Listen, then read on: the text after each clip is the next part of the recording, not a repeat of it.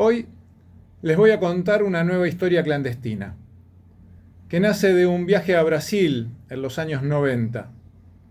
Este relato mezcla confusiones de idioma, romances y una sorpresa inesperada, donde usted podrá decir, ¿tudo bom? ¿Tudo legal?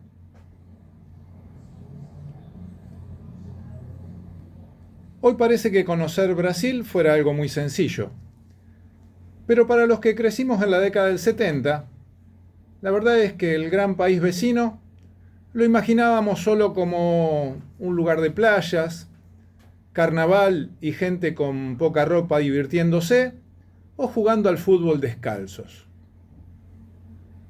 En el inicio de los 80, y la plata dulce en la Argentina, hizo que para mucha gente Brasil significara Uruguayana o Blumenau. Los que iban a Blumenau lo hacían por algodón, telas, sábanas y remeras. Los que viajaban a Uruguayana era para conseguir los televisores color a muy bajo precio. Transcurriendo la década del 80 y la vuelta a la democracia, algunos jóvenes adultos de una clase media acomodada dejaban de recorrer las playas de la costa atlántica argentina para ir a visitar las playas brasileñas. Fines de los 80 y principios de los 90, se empezó a hacer habitual veranear en Brasil. Y muchos grupos de solteros lo hacían porque decían que las brasileras eran muy gustosas. Pero se complicaba a veces con el idioma, porque la mayoría de los que viajaban solo habían aprendido un par de palabras. Y agregándole iña o iño al final de cada palabra que decían en español, se pensaban que estaban hablando en portugués. La verdad es que el portuñol comenzó a ser cada vez más popular. Sobre el tema, Pablo recordaría que dentro de sus amigos que viajaban habitualmente a disfrutar de esas playas, había uno en particular que se había enamorado perdidamente de Brasil. Tanto que realmente había aprendido a hablar muy bien el portugués y era fan de su cultura. Amante de la música y las canciones, las escuchaba y cantaba los clásicos brasileros a diario, con los que practicaba el idioma. De esa manera, le había encontrado la vuelta a comunicarse con los locales. Después de años donde cada uno continuó con su vida, los reencontró el picado de los domingos a la mañana en el club, donde, además de despuntar el vicio por el juego, siempre quedaba espacio para las charlas posteriores, los chistes de los cuentistas habituales y algún brindis cuando aparecía un barrilito de cerveza. Todo esto antes de volver a sus vidas y almuerzos familiares. Una de esas mañanas de domingo, pasado el año 2000, y cercano a los 40 años, varios del grupo se pusieron a contar anécdotas de sus viajes a Brasil a principios de los 90. Cuando el flaco, que no era muy habitual de contar sus cosas, lo señaló a Pablo y le dijo, «Esta te va a gustar a vos. Es sobre los Lelutier». Y continuó, «En uno de mis últimos viajes a Brasil de soltero, conocí a una chica de allá y me dice que ese verano también había conocido a otro argentino y que además era de Zárate. Cuando le pregunto el nombre, me dice que se llamaba Johann Sebastian Mastropiero. No sabés la fuerza que tuve que hacer para no descomponerme de la risa». Y Pablo acompañó la ocurrencia con una sonora carcajada también. Cuando terminó la charla del picado y ambos se dirigían al estacionamiento a buscar sus vehículos, Pablo siguió charlando con Julián, apartados del grupo. Cuando llegaron hasta donde estaba la camioneta del flaco, este lo paró y le dice, «Ahora que estamos solos, te voy a contar lo que me pasó a mí en ese viaje en Brasil».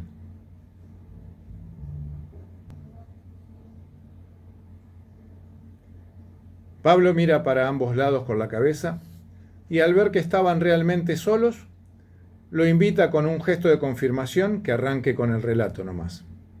Y Julián así lo hizo. Una tarde que estaba jugando al vóley en la playa, descubro un grupo de chicas que no había visto en toda la semana por ahí. Unas rubias muy interesantes que estaban tomando sol cerca de la cancha.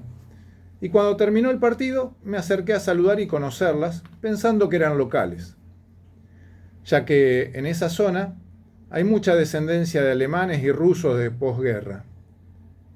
Tienen cabelleras rubias y pieles bien bronceadas. Bueno, entonces saludé en portugués con el acento bien marcado. Tudo bom? Tudo legal? Y varias sonrieron y mirando particularmente a una dijeron, es brasileño, es brasileño.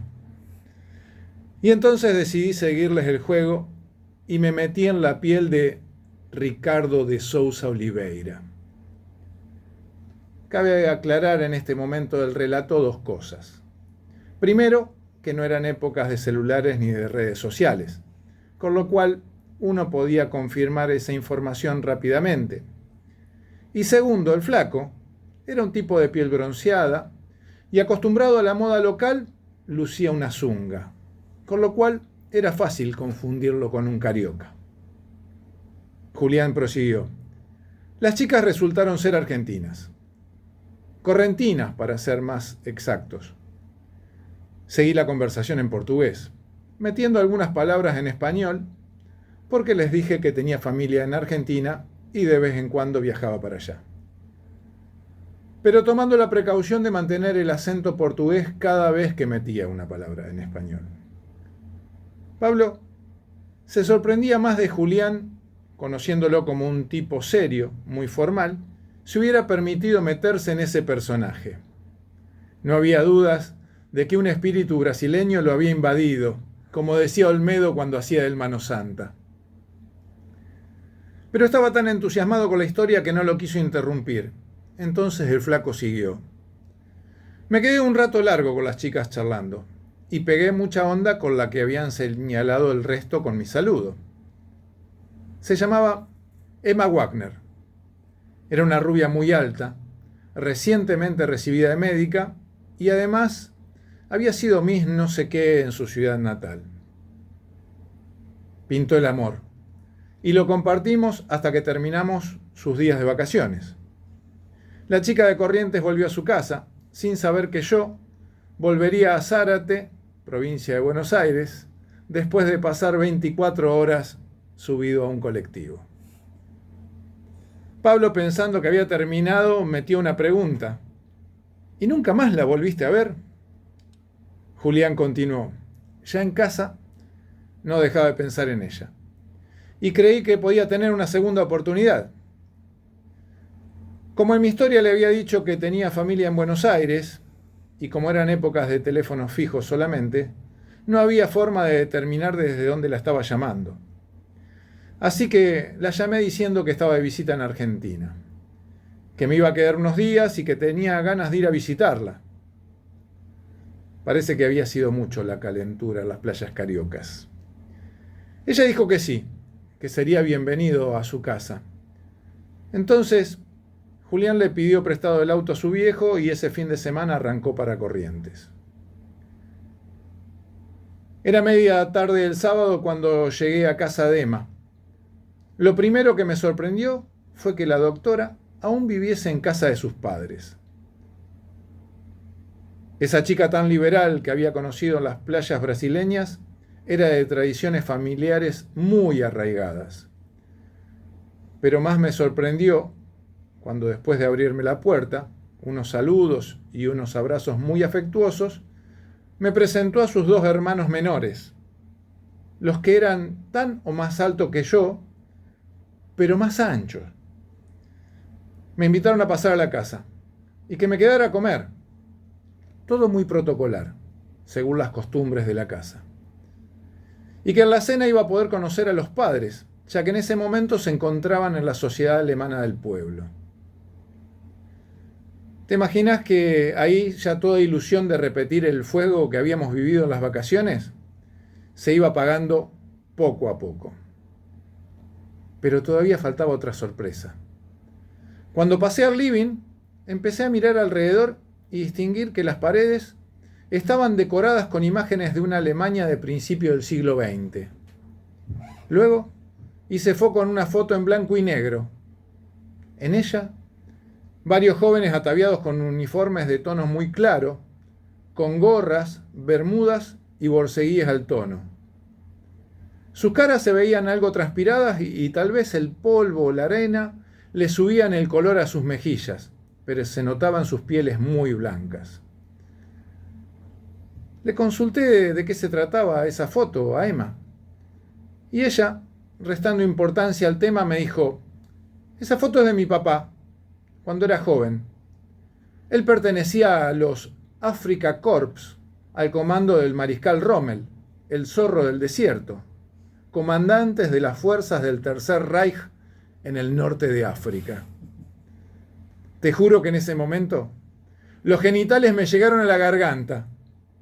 Me encontraba en la casa de un ex militar del ejército nazi, con todo lo que eso conlleva, y envuelto en una mentira de un argentino devenido en brasileño para levantarse una mina. Cuando Pablo le preguntó: ¿cómo hiciste para zafar?, Julián, que se había quedado como pensando en ese momento, le dijo: la verdad que de la cena recuerdo poco y nada.